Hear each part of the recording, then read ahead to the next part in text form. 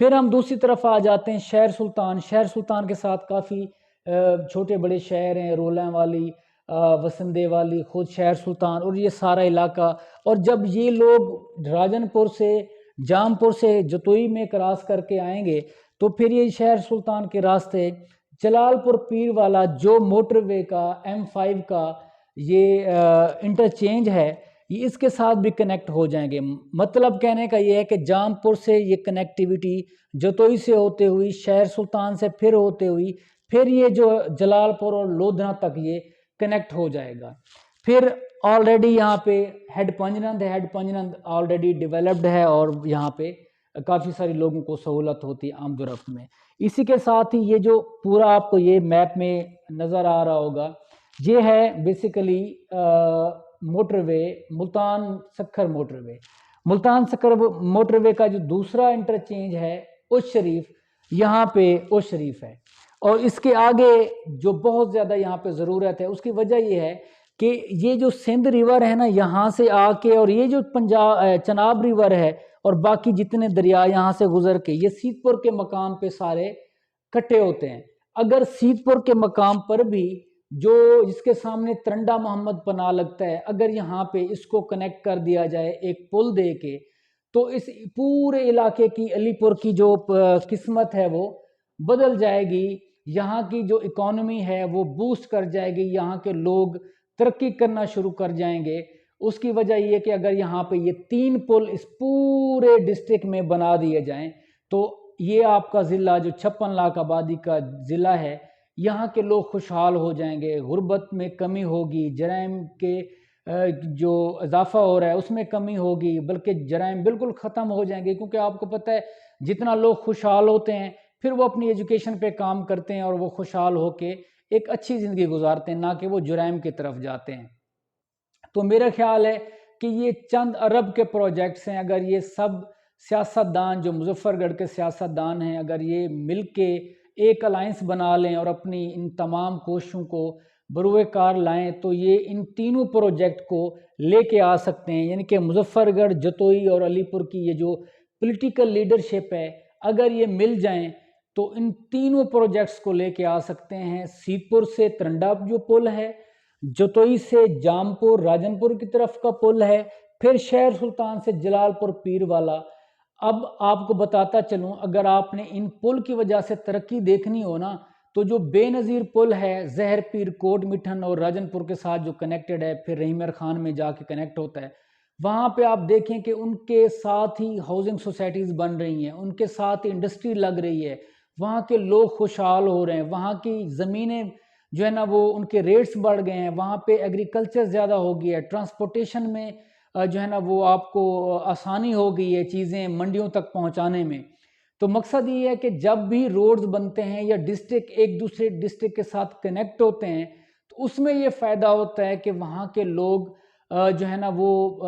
Active ہو جاتے ہیں، کمانے کے لیے ایکٹیو ہو جاتے ہیں، ان میں ایک امید سی پیدا ہوتی ہے، وہ پھر آؤٹ آف دا وے جا کے جو ہے نا وہ کھیلتے ہیں. اگر یہاں پہ پل نہیں ہے تو لوگ وہی ہے کہ جب 2 ڈنگر پال لیے، 2 جانور پال لیے، 1-2 ایکڑ زمین کاشت کر لی، بس اسی میں جو ہے نا وہ اب ان کو پتہ ہوتا ہے کہ جتنا محنت کر لیں ہمیں اس کا نتیجہ نہیں ملنا. تو میرے خیال میں اس آنے والے الیکشن میں عوام کو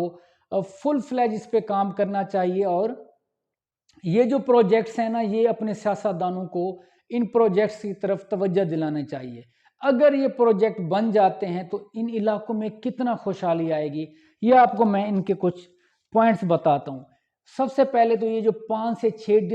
ڈسٹرکٹ کے ساتھ جو 5 سے 6 ضلع ہیں ان کے ساتھ کنیکٹیویٹی ہو جائے گی. یہ سارے ضلع مظفر گڑھ ان سب ضلعوں کے ساتھ جڑ جائے گا جو کہ ابھی تک ڈسکنیکٹڈ ہے. اس کے ساتھ ہی ایگریکلچر میں بوسٹ آئے گا، ایگریکلچر اور زیادہ بڑھے گی. اس کے ساتھ فشریز کا ڈپارٹمنٹ، یہاں پہ جو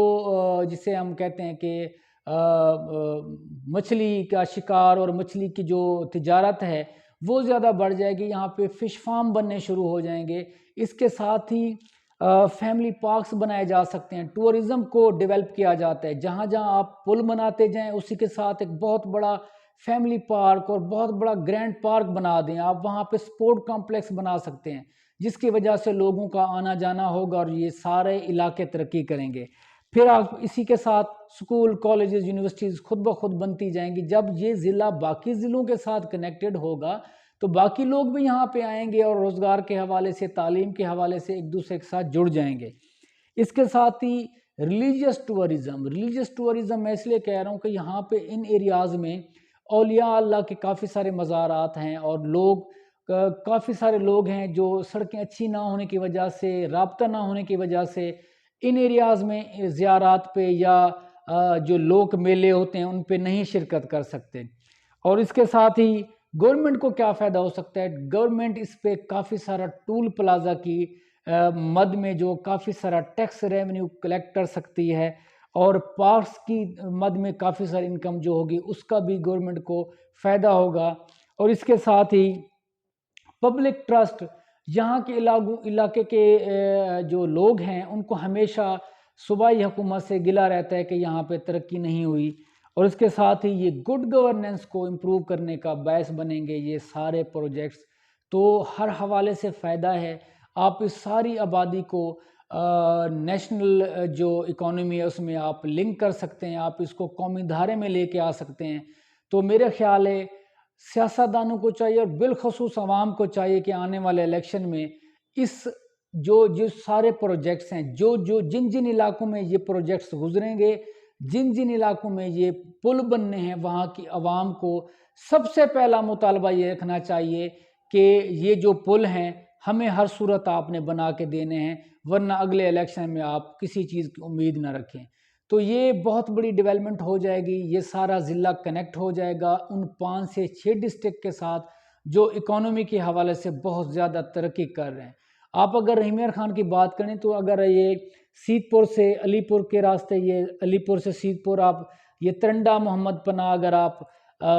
جو ہے نا وہ رحیم یار خان میں آپ انٹر ہو جائیں تو آپ کو رحیم یار خان میں یونیورسٹیز ملتی ہیں، آپ کو رحیم یار خان میں آپ کو ایئرپورٹ ملتا ہے۔ تو میرا خیال ہے یہ بہت بڑا پروجیکٹ ہو سکتا ہے، اگر بہت بڑی گیم چینجنگ پالیسی ہو سکتی ہے اگر یہاں پہ سیاستدان عمل کریں اور اس پہ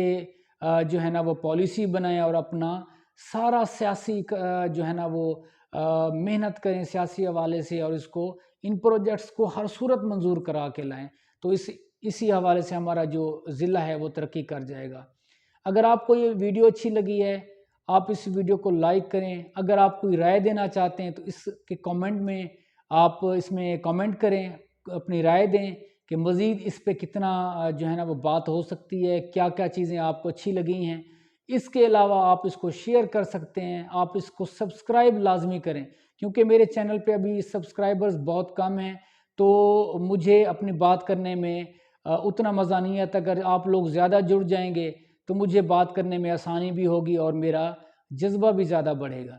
تو اپنا خیال رکھیں، اگلی ویڈیو کا انتظار کریں، انشاءاللہ بہت جلد ملتے ہیں۔ اللہ حافظ۔